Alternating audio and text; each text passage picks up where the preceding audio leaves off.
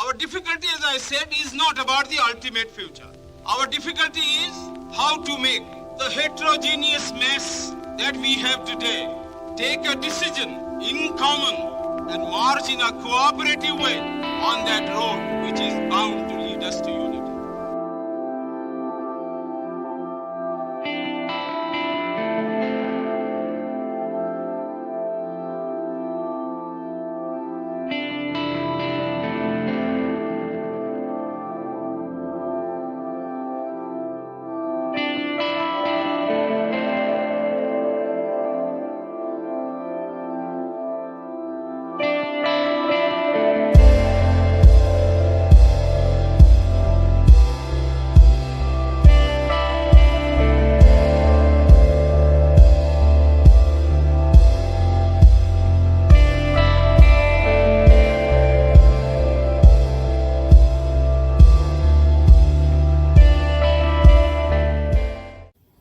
ನಮಸ್ಕಾರ.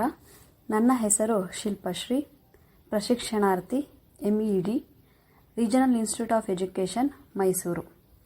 ಇಂದು ಅಂಬೇಡ್ಕರ್ ಓದು ಸರಣಿ ಭಾಗವಾಗಿ ಆಯ್ಕೆ ಮಾಡಿಕೊಂಡಿರುವಂತಹ ವಿಷಯ ಮರಾಠಿಯಿಂದ ಸರಾಜು ಕಾಟ್ಕರ್ ಕನ್ನಡಕ್ಕೆ ಅನುವಾದಿಸಿದ ಮುಟ್ಟಿಸಿಕೊಳ್ಳದವರನ್ನು ನಾವೇಕೆ ಮುಟ್ಟಬೇಕು ಎನ್ನುವ ಕೃತಿಯಿಂದ ಅಂಧ ಸ್ವಾರ್ಥ ದೃಷ್ಟಿಕೋನದಿಂದ ಇಡೀ ಸಮಾಜವೇ ಸರ್ವನಾಶ ಎನ್ನುವ ಲೇಖನದ ಆಯ್ದ ಭಾಗವನ್ನು ಓದುತ್ತಿದ್ದೇನೆ.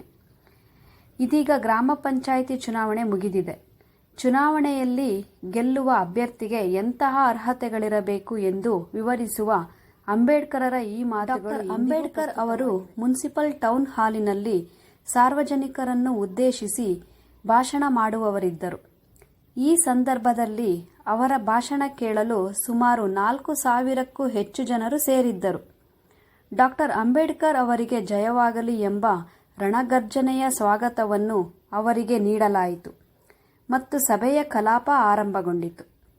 ನಾಸಿಕ್ನ ಪ್ರಮುಖ ಮುಖಂಡ ಭಾವುರಾವ್ ಗಾಯಕ್ವಾಡ, ಅಹಮದ್ನಗರದ ಯುವ ನಾಯಕ ಪ್ರಭಾಕರ, ಜನಾರ್ದನ್ ರೋಹಂ, ಬಲರಾಮ್ ದಾದಾ ಟೇಲರ್ ಸೇರಿದಂತೆ ಇತರರು ವೇದಿಕೆಯ ಮೇಲೆ ಇದ್ದರು. ಮುಂಬರುವ ಅಸೆಂಬ್ಲಿ ಚುನಾವಣೆ ಕುರಿತು ಶ್ರೀ ಭಾವುರಾವ್ ಗಾಯಕ್ವಾಡ್ ಅವರ ಮಾಡಿದಂತಹ ಭಾಷಣ ಅತ್ಯಂತ ಪರಿಣಾಮಕಾರಿಯಾಗಿತ್ತು, ಅಲ್ಲದೆ ಕಳಕಳಿಯಿಂದ ಕೂಡಿದ್ದಾಗಿತ್ತು. ಡಾಕ್ಟರ್ ಅಂಬೇಡ್ಕರ್ ಅವರು ಭಾಷಣ ಮಾಡುವುದಕ್ಕೆ ಎದ್ದು ನಿಲ್ಲುತ್ತಿದ್ದಂತೆಯೇ ಇಡೀ ಆವರಣ ಕರತಡಾನದ ಸದ್ದಿನಿಂದ ಧುಮುಗಿಡಲಾರಂಭಿಸಿತು.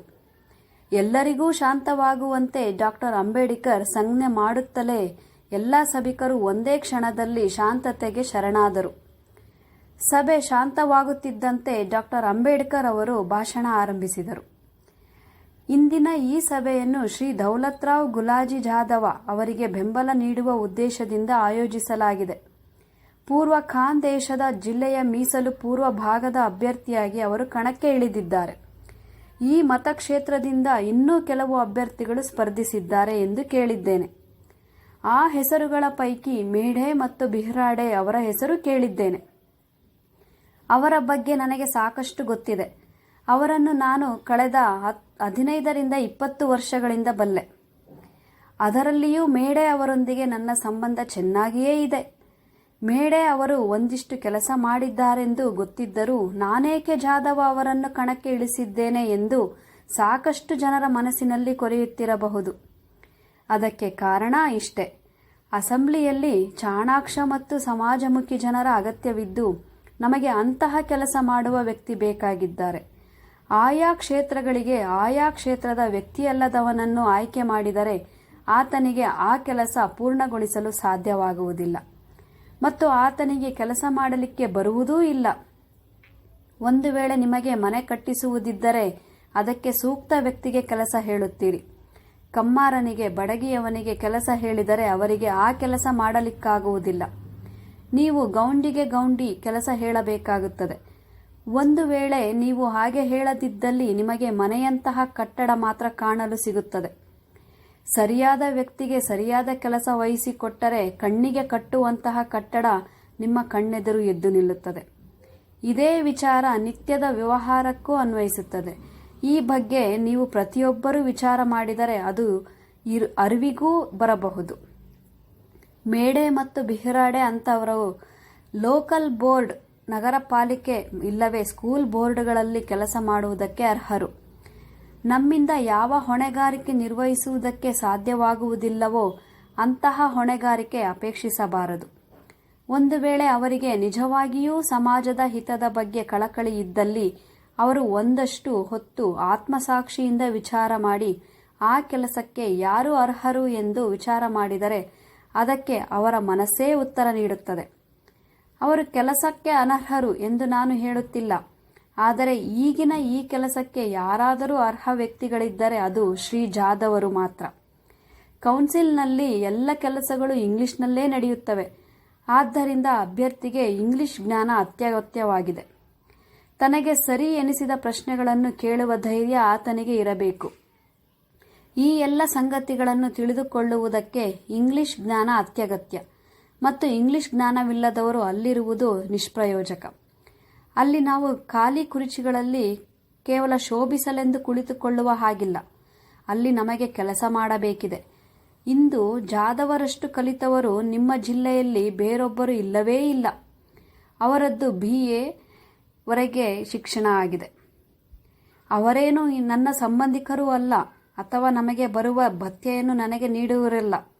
ನಿಮ್ಮ ಲಾಭಕ್ಕಾಗಿಯೇ ನಾನು ಅವರನ್ನು ಆಯ್ಕೆ ಮಾಡಿದ್ದೇನೆ. ನಾನು ಯಾವುದೇ ಪಕ್ಷಪಾತ ಮಾಡಿಲ್ಲ. ಈ ಎಲ್ಲ ಸಂಗತಿಗಳ ಬಗ್ಗೆ ನೀವು ಸಮಗ್ರವಾಗಿ ವಿಚಾರ ಮಾಡುತ್ತೀರೆಂದು ನಾನು ಭಾವಿಸಿದ್ದೇನೆ. ಪೂರ್ವ ಖಾನ್ ದೇಶದ ಜಿಲ್ಲೆಯ ನಕಾಶೆಯನ್ನು ನನ್ನ ಕಣ್ಣೆದುರು ಇಟ್ಟುಕೊಂಡು ಶ್ರೀ ಜಾಧವ ಅವರನ್ನು ನಾನು ಆಯ್ಕೆ ಮಾಡಿದ್ದೇನೆ. ಅಶಿಕ್ಷಿತ ಮರಾಠರು ಮತ್ತು ಕುಣಬಿಗಳು ಕೂಡ ಕೌನ್ಸಿಲ್ಗೆ ಹೋಗುತ್ತಾರೆ. ಅವರಿಗೆಲ್ಲಿ ಇಂಗ್ಲಿಷ್ ಬರುತ್ತದೆ? ಅವರು ಹೋಗುತ್ತಾರೆಂದರೆ ನಮ್ಮ ವ್ಯಕ್ತಿ ಏಕೆ ಹೋಗಬಾರದು ಎಂದು ನೀವು ಕೇಳಬಹುದು. ಆದರೆ ನಿಮಗೆ ಒಂದು ಮಾತು ಹೇಳುತ್ತೇನೆ. ನಿಮ್ಮ ಮತ್ತು ಕಣಬಿ ಮರಾಠರ ಮಧ್ಯೆ ಭೂಮಾಕಾಶದ ಅಂತರ ಇದೆ. ಅವರಿಗೆ ಉಳಿದ ಎಲ್ಲ ಸಂಗತಿಗಳು ಅನುಕೂಲಕರವಾಗಿ ಇವೆ. ಅವರಿಗೆ ಎಲ್ಲಿಯೂ ಕಷ್ಟವಿಲ್ಲ. ಆದರೆ ನೀವು ಕಂಗಾಲಾಗಿದ್ದವರು. ನಿಮಗೆ ಪ್ರತಿಯೊಂದು ಕಷ್ಟಪಟ್ಟು ಪಡೆದುಕೊಳ್ಳಬೇಕಾಗುತ್ತದೆ.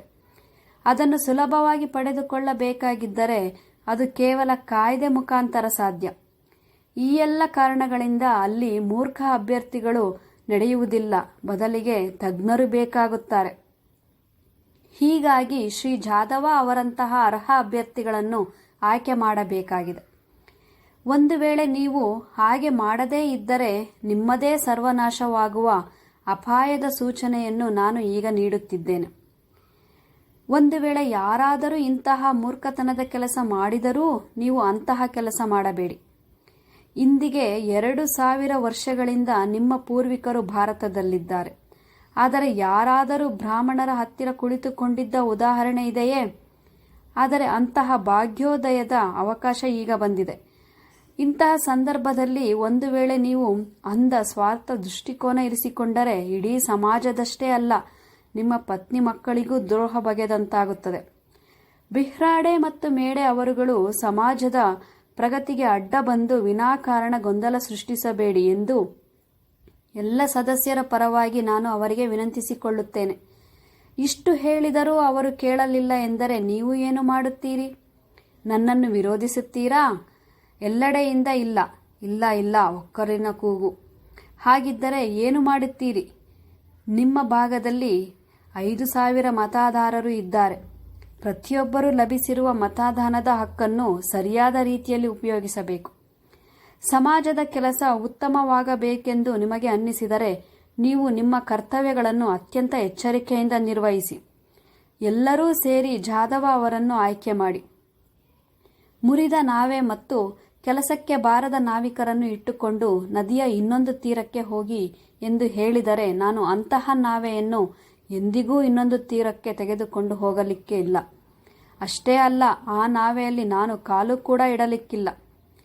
ನಾನು ಹೇಳಿದ ನಾವಿಕನನ್ನೇ ನೀವು ನನಗೆ ನೀಡಬೇಕು. ಅಂದರೆ ಮಾತ್ರ ನಾನು ನಾವೆಯನ್ನು ಸಹಜವಾಗಿ ತೆಗೆದುಕೊಂಡು ಹೋಗಬಹುದು. ಅಂತಿಮವಾಗಿ ಜಾಧವ ಅವರನ್ನು ಆಯ್ಕೆ ಮಾಡಬೇಕು ಎಂದು ನಾನು ನಿಮ್ಮಲ್ಲಿ ವಿನಂತಿಸಿಕೊಳ್ಳುತ್ತೇನೆ. ಬಳಿಕ ಶ್ರೀ ವಾರಭುವನ್ ಅವರು ಡಾಕ್ಟರ್ ಅಂಬೇಡ್ಕರ್ ಅವರು ಹೇಳಿದ ವಿಚಾರಗಳನ್ನು ಎಲ್ಲರ ಗಮನದಲ್ಲೂ ಇರಿಸಿಕೊಂಡು ಜಾಧವ ಅವರನ್ನು ಆಯ್ಕೆ ಮಾಡಿ ತರುವುದಕ್ಕೆ ವಿವಿಧ ಹಳ್ಳಿಗಳಲ್ಲಿ ಪ್ರಚಾರ ಮೆರವಣಿಗೆಗಳನ್ನು ಆಯೋಜಿಸುವುದಾಗಿ ಹೇಳಿದರು. ವಂದನೆಗಳೊಂದಿಗೆ ಜೈ ಭೀಮ್.